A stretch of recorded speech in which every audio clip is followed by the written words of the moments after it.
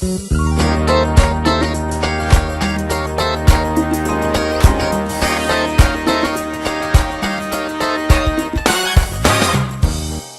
for joining us on the Peet Reet Show, and have we got a show for you? Everybody loves Hollywood, right? Oh, of course. And we're not going to Hollywood Craig. No. He's on the Friday Wrap. It's a whole different thing. But this guy knows everything about the golden age right up until now. And everybody in Hollywood. He's probably been the PR guy for everybody in Hollywood. I think so. Or the flacker. The flacker. Which we're going to get him to explain. Yeah, okay. exactly. He started out at 16 actually writing, being a journalist. And then at 20 he was working for the best PR firm, bar none, anywhere, Rogers & Cowan. Yes. And we're so glad to have Mr. Dick Guttman on the show with us. Hi, Dick. I'm delighted to visit you. And you're in one of my favorite places in the world. My envious. Oh. Well, we're envious too because he lives in Malibu and works in Beverly Hills. So we could trade you once in a while. I'm very familiar with seeing Niagara from a height because Gene Hackman and I were up there in '75, I think, when we were doing the film junket where you bring all the media together. So, Dick, tell us, what is a flacker? Flack is a word that I think Variety invented for press agents. Variety would invent things like a headline in the old days would be if the public in the central part of the country didn't like a film that the critics had liked, their headline was Hicks, Nicks, Cricks, Flicks. That was a Variety headline. So they'd make up these words, and flack, I'm never sure where it came from. I think it was the explosions of anti-aircraft guns. You know, I was so thankful that you sent the book up for us, and I'll be honest with you, I almost missed coming to the studio today because I was reading the book and I couldn't put it down. I never got all the way through because it's got 600 and some odd pages, but I got 650. I got halfway through. So it's called Star Flacker: Inside the Golden Age of Hollywood. And Dick, I want to know, why do you think that was the golden age of Hollywood, or is it still the golden age? No, it was very definitely. I just had a conversation with, it's bringing back a lot of my friends. The book, people read it and they call me. And no one's read the book who disputes that was the golden age. And the sad reason is that Hollywood was founded by these moguls. You know, everybody was unanimous. They hated them, the Jack Warners and the Louis B. Mayers. And there were, you know, I was around a lot of them. They were not nice people to be around. They wanted to make good movies, and they made them. I mean, 1939. It's a long time ago.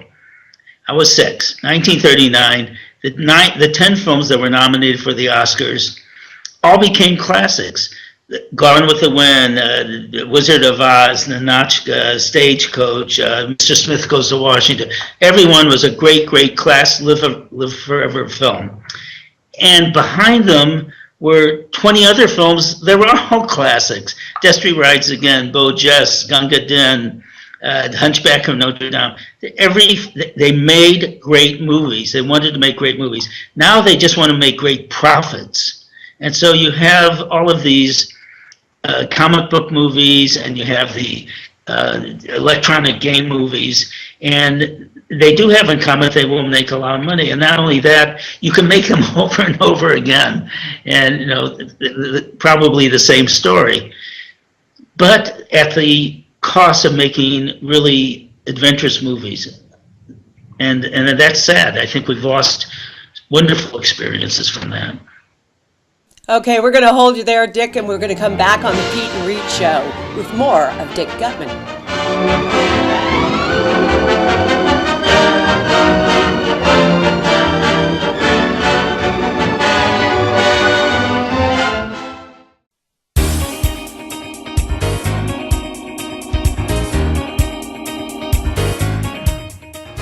we are talking to Dick Guttman and enjoying every minute of it. And he is a press agent. Flacker, which we learned what flacker is, which exactly. means the same thing. And press agent not just for he was for film, television, musical artist. Still is, by the way. Yeah. He's a very young 80, as you can see when we're talking to him, or a little bit over 80, but still working hard. Still working, and we caught him at the office in Beverly Hills, and we're so glad to have him on the show. Now, Dick, when you go back to the golden age, there was a lot of mystique and mystery about Hollywood and the actors and, of course, their stature, and they had staying power. Why was that?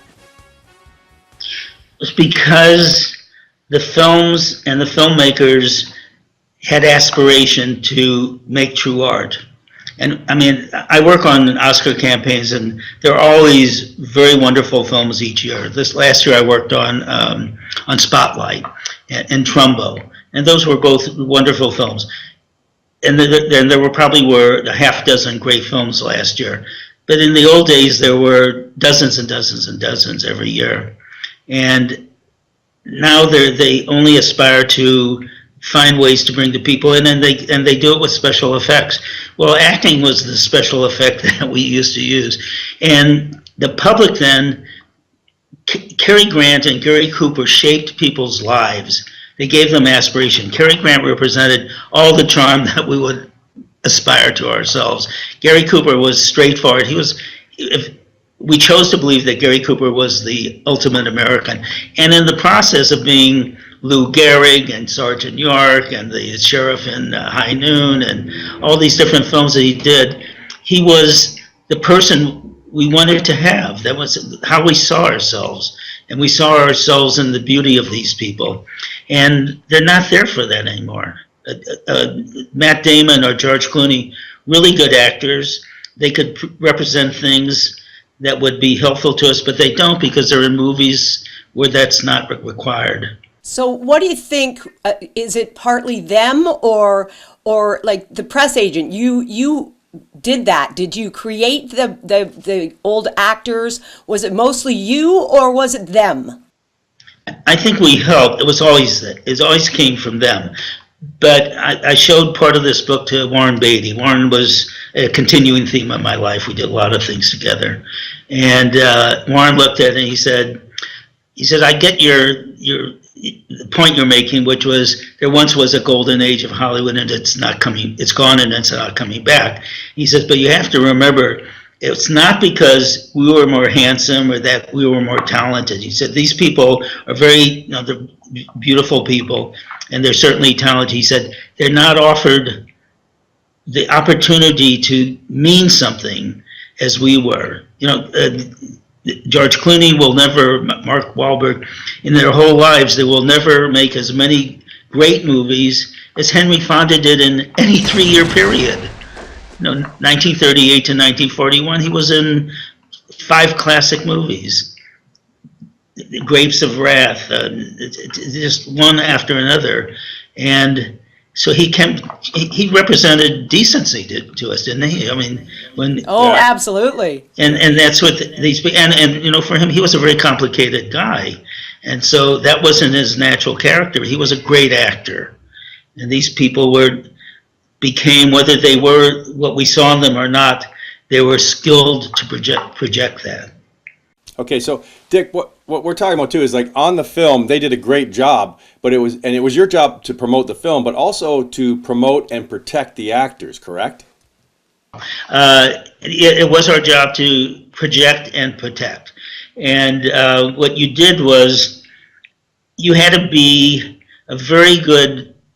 you had to look into these people and see what did they represent. I mean, I never, Kirk Douglas was a tough guy. He was a tough guy, and he was a tough guy to be around, about as cuddly as a cactus. You're not going to hug him. On the other hand, I worked with him on Spartacus and other 7 Days in May, and God, his courage was incredible, and his determination to do great things, and it was inspiring to be around them. So Kirk projected that, the champion, and just every film that he did, you saw somebody with this determination, and so he came to represent that, and it was a wonderful thing. Whether he was being a good guy or bad guy in the film. Kirk Douglas, one of the greatest actors of our time. And when we come back, we'll ask Dick about getting involved with the actors' personal lives. Coming up next on the Peet Reet Show. All men lose when they die. And all men die, but a slave and a free man lose different things. They both lose life. Free man dies, he loses the pleasure of life. Slave loses its pain. Death is the only freedom a slave knows. That's why he's not afraid of it.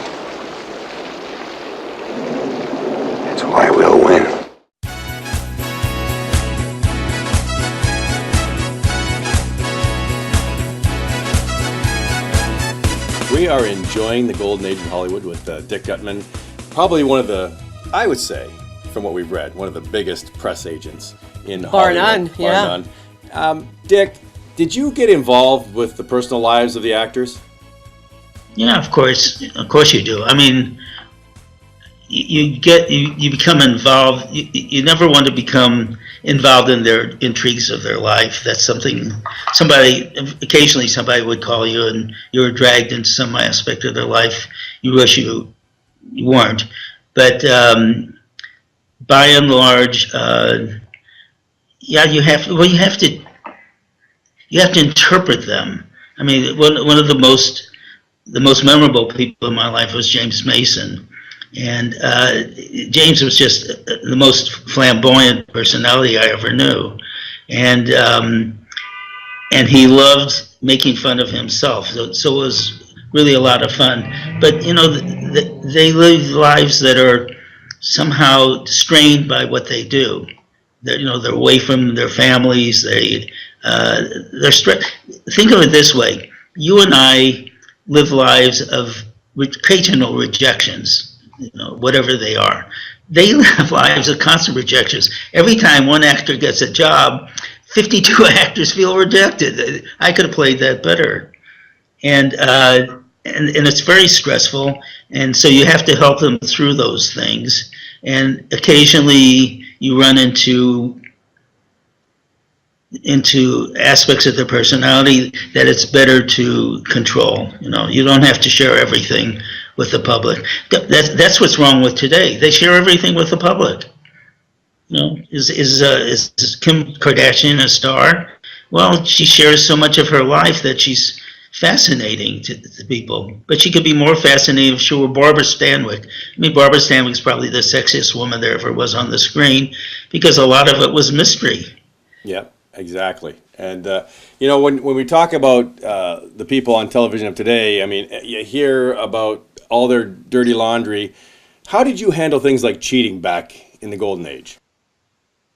Well, okay, in those days, you only had to deal with the dirty laundry that spilled out of the washing machine. And divorces were. James Mason's divorce was it was a carnival because both he and his wife Pamela were very exuberant personalities, and so with multiple affairs. And so I was driving with James in a limousine coming back from the divorce, from one of the days of the divorce. And in those days, they used to have newsstands on the street where you'd see tomorrow's headlines. And as we go by the Beverly Wilshire Hotel, the headline is there. It says, "Mason accused of habitual adultery." It was right there on the street for everybody to see. And I'm sort of shocked. And James says, "Well done, Guttman." Oh. He loved it. And that's who they were. I mean, he couldn't be contained. And a lot of them were that. I mean, I worked with so many witty people, Peter Ustinov and Tony Randalls. All the British actors had great wit, Michael Caine and Roger Moore. They were wonderful wits to be around. Now, you handled a lot of them. And, I mean, like you said, they were competing for the same jobs. You'd have probably clients that were on the same shoot. Did you have to, get in there and stop some animosity and some jealousy and things that were going on? Was that part of your job as well? It is part of our job. I remember once we were handling two women who were going to be in a film and competing in this film, and the person on my staff who was handling them said, "Well, I have to drop one of them because what if the other one's going to get better reviews?" And I said, "No, that's all part of the game." Dick, we're going to hold you there, and you know what? We're going to come back. I want to find out about romances in the golden age of movies. And did they leak it out on purpose? We're going to find that out next. He's looking at you, kid.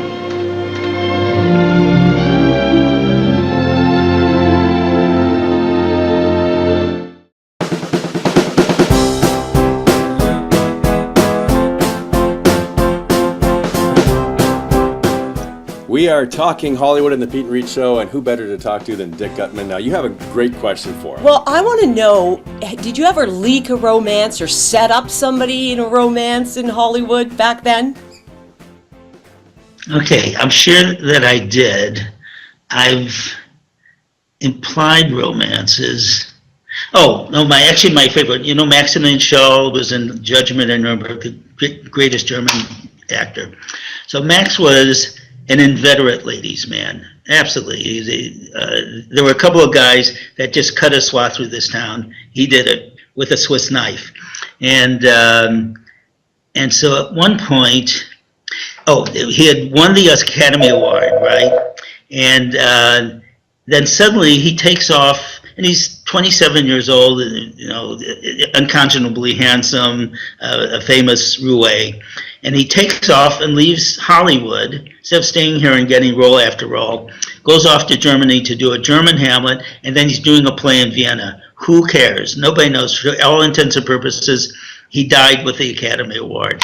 So I put out a story that he's doing this play, but that the Vienna is ablaze with wonder because of this beautiful woman who occupies the royal box in every performance, and he's having a mad affair with, and she's rumored to be a countess.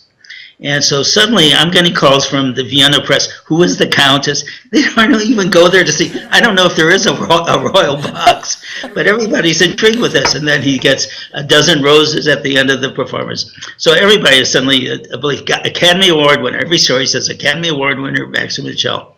So he's annoyed by this, or he pretends to be annoyed. So it goes on and on. So a couple of years, and then finally he does a movie called Krakatoa East of Java, and he's coming here for the press conference with the foreign press. And so it starts off, and he starts talking about the film. He says, no, we want to know about the Countess. It's still hot and heavy. And so Max says, okay, I have to tell you something. It's going to make you very sad, particularly hurt my friend Dick Guttman, who was so close to her. He says, and I'm thinking, he's going to tell them I made this up, and they're my friends, and I lied to them. And he says, the Countess passed away. And so that had been like a joke. So decades later, just a couple of months before he died, he calls my wife for the Christmas phone call, and he says, tell Dick that the one thing I regret in my whole career, I think I killed the Countess off too soon. She made me smile. So that was one that I created. And I had to deal with some of this is probably beyond any of your memories, but when Marilyn Monroe did a movie called Let's Make Love with Yves Montand, was the great French star. And I represented Yves and his wife, Simone Signoret, who won the Academy Award. And he had an affair with her, and it was very public, and I loved Simone. And I called her, and she went back to Paris. And she called, and I said, Simone, I have to let Yves go. I care about you too much. I can't put up with this thing, which I think is undignified for you. And she said, no, I want you to take care of him for me. So I was caught up in that, and I talk about in the book, because I don't talk about things that weren't public. No, that was a very famous affair. More with Dick Guttman on the Peet Reet Show, and we're going to talk about age in Hollywood when we come back. You mean what you say? Money doesn't mean anything to me. I get jobs. Will you forget all that? Oh, my dear girl. How long I have waited to hear that. I'm so glad.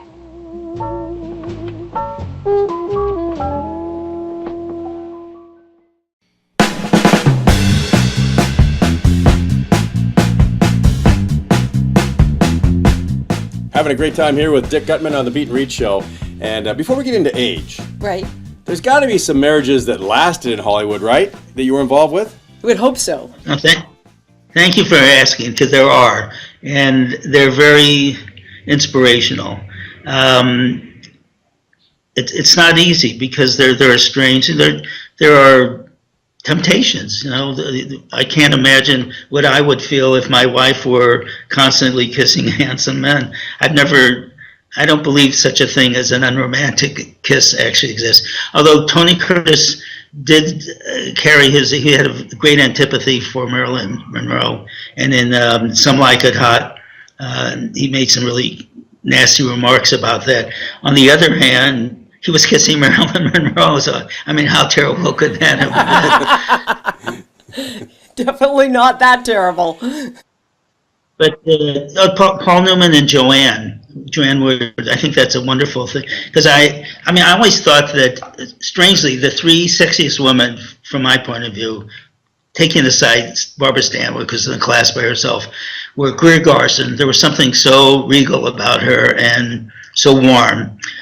Shirley Jones, who knew that she would go on to live such an interesting life? But I just always felt a tremendous sexuality to her. And the other was Joanne Woodward. I always thought there was something about Joanne that was so interesting. And Paul was mad about her. I remember one time we were doing an interview, and he referred to her as the last of the great broads, which is really what she was. And I understood that because he deferred to her intellect. They came at things differently. He was a guy that went from a role from the inside out, and she went from the outside in, but acted together with such beauty. Now, you were talking about Paul Newman. Now, I heard rumor, did he fire you off a film because you had viewed it and didn't like it, gave it a bad review? Is that true? So I get back to the office, and my boss calls me in, and Warren Cowan, the greatest of all press agents, and he says, "You're fired off the film." I said, what do you mean? I said, "Did Paul call you?" And he said, "No, it was a producer." I knew that Paul went back and said, "Who am I pulling on the film, from this film?" They checked who he showed the movie to. They called and had me fired.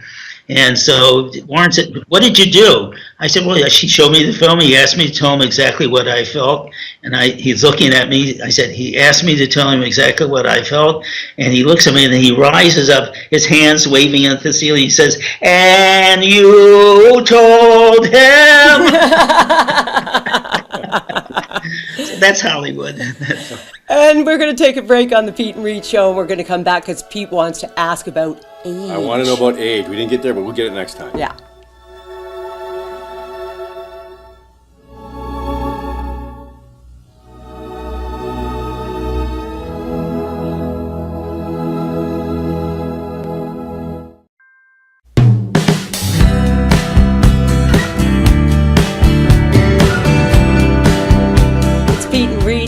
Here with world-renowned PR agent Dick Guttman, and also the author of a brand new book called Starflagger, Inside the Golden Age of Hollywood. And it's a book, I'll tell you right now, I've been reading it, not all the way through it, just got it a couple of days ago.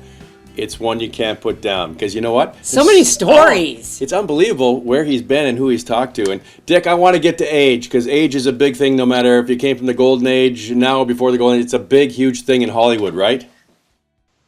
It's actually a terrible thing, because people, most actresses have careers that are about 15 years. I'm very proud of the fact that so many of the people that we represent, Becky Bissett, a lot of the Jane Seymour, that their careers have extended into their 60s and into their 70s. A lot of that has to do with that. A, they're really talented. B, they're really beautiful. I mean, how much more beautiful can you get than these two? And but I think we've been able to help people extend their careers. And it doesn't. If you look back, it's amazing how fast people fall off, and it's really sad. And it's something, talent doesn't diminish. So I really love, we handle a lot of the great actors, Rip Torn and Martin Landau and people like that. Gene Hackman, certainly the greatest of all contemporary actors. Now some people have longevity like that. Now, not a lot of women do, but they get to live their age through their acting, right? But not many do. Why is that? It has to do with stardom. The degree of stardom. Kate Hepburn was able to remain Kate Hepburn anytime. I mean, I had an argument, but I was working, the first film I worked on was Love in the Afternoon with Audrey Hepburn and Gary Cooper, Billy Wilder film. We were shooting in Paris. I was 22 when I started the film. I was 23 most of it. Audrey was 26. She was 3 years older than I was. And so I was doing her biography, and I saw her in the studio lobby one morning. I said, Miss Hepburn, have you had a chance to look at and correct your bio? And she said, yes, I did, Dick. And there's only one thing. You didn't put my birthday in it. I said, May 13 or May 4th. I didn't put that in there. I'm quite sure I did. She said, but you didn't say how old I am. And I said, well, Miss Hepburn, I'm 23. And believe me, a really unworldly 23. I was so innocent. I said, Miss Hepburn, you have to understand, you're 26, which is a nice age. And but someday you're going to be 36. You know, I'm looking at this with growing beards. And she's intrigued and she's bemused and she says, and I said, and there will be this role, and it's Anna 30. And somebody said, Audrey would be really good for this. And then somebody else will say, Audrey Hepburn is 36. And she said, well, it sounds very silly, but you do as you see fit. And so I didn't put her age in there. And so 20 years later, she's doing Robin and Marion with Sean Connery. It's the Robin Hood story a little bit, one generation later. And I was surprised that a story referred to her age is the exact same age as mine. She had lost 3, and I knew that wasn't Audrey. Positive she didn't know that. And then 20 years later, she's an ambassador for UNICEF, and Walters. Barbara Walters. Yeah, is doing the one of her Oscar shows on her, and now she's 3 years older than I am again. And so at a certain point, whether it was the agent, whoever it was, or maybe it was just guys that didn't want Robin and Marion look like two old farts doing love together, and but they had changed it. It does mean something, but I like the fact that a woman can grow into things and grow older with her, which more men do than women. Look at Clint. I mean, if you look at Clint at the beginning of his career, there were very few people who were more handsome than he. I mean, he was youthful and handsome, and now he has the distinction of everything he's accomplished. I mean, he's become one of the greatest directors, and so we believe him. And so when he did that film about the name of the car, the Torino Grande, whatever it was, and he was playing. It was a story about age, about a guy aging out of his life, and he could do that. There's lots of great actors out there, and he's so incredibly suave. When I met him, I just was so impressed. But we're going to come back on the Peet and Reet Show. Yeah. We're going to talk about a couple other people that impressed me. Yeah, we're going to talk about Kirk Douglas, John Wayne, and the Duke, and something they got involved in, and taught a lesson to to Dick. And then we're going to talk about Dick's book. So all when we come back on the Peet and Reet Show. Take care now.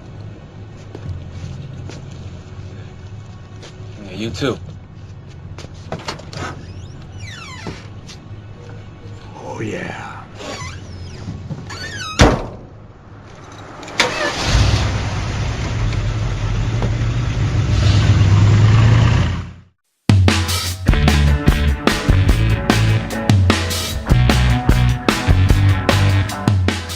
My goodness, this is going a little too fast. I know. We're learning so much from Dick Guttman, who, of course, has written a great book, Star Tracker Inside the Golden Age of Hollywood. And I want to get into one of those stories that I read in there. Okay. And we're talking about Kirk Douglas and John Wayne, the Duke, two of the toughest, biggest names in Hollywood, right? And they were involved with a movie, Dick, called the War Wagon. It was the War Wagon. And there was some PR that got out there. Okay. What happened? Well, they were two of the toughest guys in Hollywood, that's for sure. And it was good casting. Now, in those days, Hollywood was ruled by the columnists. There were two big columnists, Hedda Hopper and Luella Parsons. Luella Parsons one morning has a story that John Wayne has said something terrible about Kirk Douglas.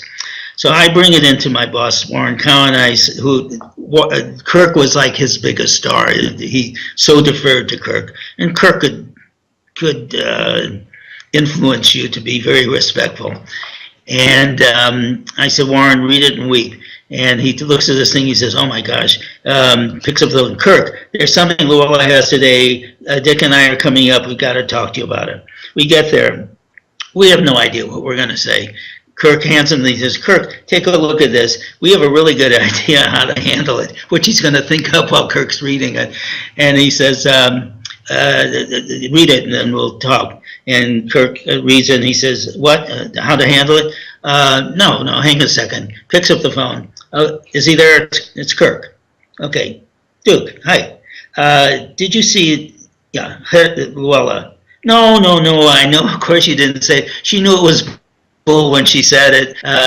He says, but here's what we do. I call her and I say, that right-wing son of a gun, he can take that thing and shove it, and he's going to be lucky to be in this film after I finish cutting it. And he says, yeah, we start a big fight. And he says, War Wagon, who knows what a Western's going to do now? It could go anyway. But we get this, put some wind in our sails. And then he hangs up and he says, a feud works if you hold on to both sides. So we could do it. If you control it. Talking about wind, I want to know, I read in your book that you were out on the ledge of the CN Tower. How the heck did that happen? I keep asking myself 1,000 times since I did it. And talk about wind. The wind up there is horrendous.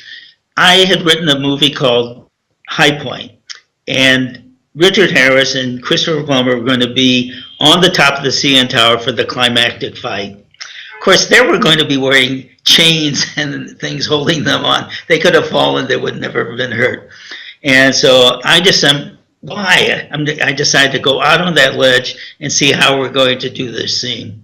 So I got the PR guy from the tower, takes me up there, puts me out. So the roof up there, if you see it, it slants back like this. There's this big circular thing above the public area down below, and then it slopes up to the roof. So I go out there. The only thing is there's an I-beam about 8 inches off the ground, nothing to hold on to. Can't even lean back because it leans back like this. And I suddenly realize I'm a 1/4 mile above death, and I don't know what I'm doing. My clothes are flapping like a broken flag. And the guy looks out at the door, which is about to disappear in the curvature, and he says, everything okay? Like, what could be okay? I'm about to, and I'm thinking about stepping forward because I can't stand this suspense. And so it took me 15 minutes to work my way back 15 feet, a 1/4 of an inch at a time. And I can't imagine why I did it. It meant nothing to the film, but it gave me a great perspective because it's a little bit like publicity. You're dealing with, from a great height, any mistake you make when you're dealing with stars this big could be disastrous. So I was prepared for my life. Great story. Dick, yeah, you've got a book out. It's called Starflacker, Inside the Golden Age of Hollywood. How do they get a copy if they want to buy one? Okay, they go to Amazon, and you just mark it, and you can get the. Actually, I recommend the Kindle book. It's only like $8.99, but the book is 600. Here it is, 650 pages. Count them, 670 pages. I mean, it's a self-published book because what sane publisher is going to publish a book this big? And but it's getting a lot of attention, and everybody tells me they read through it. And I said, well, don't read it so fast. You're supposed to put it by the bed and read 5 pages and go to sleep. You'll be happy you laughed a little bit. But I wanted to show the back of the book because this is, I don't know if you can see that, but it's, yeah, or is it there? Okay, that's my wife. So you'll be able to understand why I stayed married to her for 58 years, because she's beautiful and because she kisses parrots. I mean, she's gone through her life doing what nobody else does. Oh, beautiful. Listen, they can also go to your website as well and read 150 pages for free, correct? They can download 150 pages without cost. Most people go and buy, that's 500 pages more. Yeah, well, it's worth it. I've got halfway through it. Absolutely love it. Dick, thank you so much for stopping by in the Peet Reet Show today. Well, I hope you enjoyed the book as much as I've enjoyed the conversation. I appreciate it. Thank you so much. And we'll see you all next time on the Peet Reet Show.